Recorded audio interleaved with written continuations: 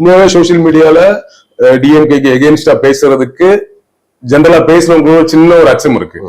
எல்லாரும் போட்டு செஞ்சுட்டாங்கன்னா என்ன பண்றது, இமேஜ் ஸ்பாயில் ஆயிடுங்க ஒரு அச்சம் இருக்கு. எல்லாருக்கும் அந்த அச்சத்தை துறந்து வேலை செய்ய மாட்டாங்க இல்லையா, எஸ்பெஷலி சோசியல் மீடியால போது ரொம்ப ஸ்ட்ராங்காவே இருந்தாங்க. ஏடிஎம்கே அதுல கொஞ்சம் வீக்கா இருந்தாங்கன்னு தான் சொல்ல முடியும். பட் இப்ப திடீர்னு இந்த ஸ்ட்ராட்டஜி எல்லாம் பயன்படுத்துவது, எலெக்ஷன் நெருங்கிடுச்சு, ஆல்ரெடி இருந்த ஸ்ட்ராட்டஜிஸ் தான் வேலை செஞ்சிருக்காங்களா இல்ல புதுசா யாராச்சும் ஸ்ட்ராட்டஜிஸ் உள்ள வந்திருக்காங்களா, நல்ல இன்ட்ரெஸ்டிங்கான இப்ப நம்ம டிஸ்கஸ் பண்ற அளவுக்கு இருக்கு இல்லையா அந்த அடுத்த கட்டம். இதுக்கு பின்னாடி ஏதோ ஒரு டீம் ஒர்க் பண்ணிருக்கீங்க. அந்த டீம் ஒர்க்ன்றது நமக்கு தெரியுது. இப்போ எனக்கு தெரிஞ்ச வரைக்கும் திமுகவுக்கு ஒரு 4-5 ஸ்ட்ராட்டஜி டீம் ஒர்க் பண்றாங்க. அவங்களே இன்னோஸ்ல வச்சிருக்க பெண் நிறுவனம் ஒர்க் பண்றாங்க, ராபின் சர்மாவுடைய ஷோ டைம் ஒர்க் பண்றாங்க, ரிஷியுடைய ஐபேக் ஒர்க் பண்றாங்க. இது இல்லாம இவரு துணை முதலமைச்சர் உதயநிதி ஸ்டாலின் அவர்களுக்கு சுனில் கனுகோல் ஒர்க் பண்றாரு. இவ்வளவு பேர் திமுகவுக்காக ஒர்க் பண்றாங்க. அதிமுகவுக்கு பிரமாண்யா ஸ்ட்ராட்டஜிஸ் அப்படின்னு ஒரு ஆந்திர வியூக வகுப்பு நிறுவனம் ஒர்க் பண்றாங்க. இப்போ சமீபத்திய செயல்பாடுகள் நல்லாவே இருக்கு.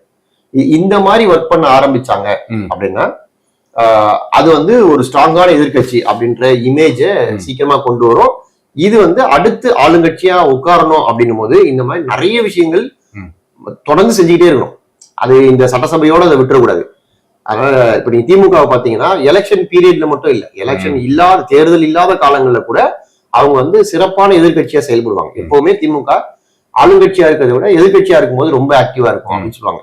நீங்க நமக்கு நாமேன்னு ஒரு பயணம் போனார் ஸ்டாலின் வந்து 2015-16 தேர்தலுக்கு முன்னாடி 15 கடைசியில ஆரம்பிச்சார். இதே மாதிரி ஒரு செப்டம்பர் அக்டோபர்ல ஆரம்பிச்ச பயணம் நமக்கு நாமேன்னு தமிழ்நாடு முழுக்க.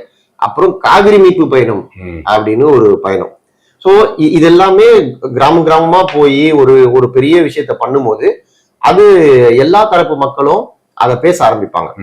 நீங்க இப்போ ஒரு அசம்பிளியில அவர் சட்டையை கிழிச்சிட்டு வெளில வந்ததெல்லாம் நம்ம பார்த்துடலாமா, அது கரெக்டா தப்பான்றதை தாண்டி அது உடனே பேசு பொருளா மாறிடும்.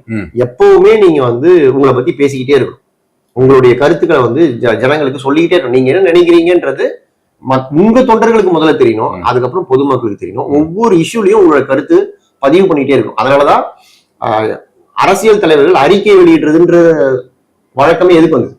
ஒரு விஷயம் வந்துச்சுன்னா அதுக்கு ஒரு அறிக்கை வெளியிட்டாதான் அதுல உங்க ஸ்டாண்ட் என்னன்னு தெரியும். கலைஞர் ஏன் முரசொலியில தொடர்ந்து கடிதம் எழுதிட்டே இருந்தார் அப்படின்னா இதுல என்ன பிரச்சனை. இப்ப திருமுனை கூட்டம் போட்டா அங்க இருக்க ஒரு பேச்சாளர் என்ன பேசணும் அவருக்கு யாரு ஸ்டாண்டிங் ஆர்டர் கொடுப்பாங்க. அவர் காலையில முரசொலி எடுத்து படிச்சாருன்னா அதை பார்த்த உடனே தலைவர் ஸ்டாண்டிங் தான், அப்ப நம்ம இதைத்தான் பேசணும்.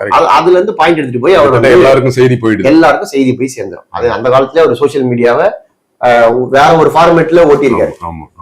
இதுக்கு தான் ஒவ்வொரு கட்சிகளுமே ஏன் சொந்தமா பத்திரிகை வச்சுக்கிறாங்க. நமது அம்மா, நமது எம்ஜிஆர், முரசொலி, சங்கொலி, இப்படி எல்லா பத்திரிகையும், தீக்கதிர், எல்லாமே ஒவ்வொரு கட்சிக்கு ஒரு பத்திரிகை எதுக்கு இருக்குன்னா ஜனரஞ்சக பத்திரிகைகள் மெயின் ஸ்ட்ரீம் மீடியால ஒரு எடிட்டோரியல் பாலிசி இருக்கும். நீங்க விரும்புனதை அப்படியே கொண்டு வர முடியாது. ஆனா நீங்க முரசொலி தலையங்கத்துல உங்களுக்கு என்ன வேணுமோ அதை நீங்க அப்படியே பார்ட்டியோட ஸ்டாண்ட் எழுத முடியும். இன்னைக்கு அந்த வேலையை சோசியல் மீடியாவும் சேர்ந்து செய்யுது. அப்போ உங்களுடைய ஐடி விங்கு இந்த வேலையை செய்யும். ஐடி விங்கு நீங்க ஒரு 10 ஹேண்டில்ல நீங்க இந்த வேலைகளை செய்யலாம். தொடர்ந்து ஜோனுக்கு ஒரு 10 ஹேண்டில் வச்சுக்கிட்டு உங்களோட நரேட்டிவ் என்னன்றது அந்த ஜோன்ல இருக்கிறவங்களுக்கு தொடர்ந்து பரப்பிக்கிட்டே இருக்கலாம். இதெல்லாம் லேட்டா தான் இவர் பிடிச்சிருக்காரு. ஆனா லேட்டா வந்தாலும் லேட்டஸ்டா வந்தன்ற மாதிரி இப்ப சமீபத்திய செயல்பாடுகள் விறுவிறுப்பாகவும் சுறுசுறுப்பாகவும் இருக்கு.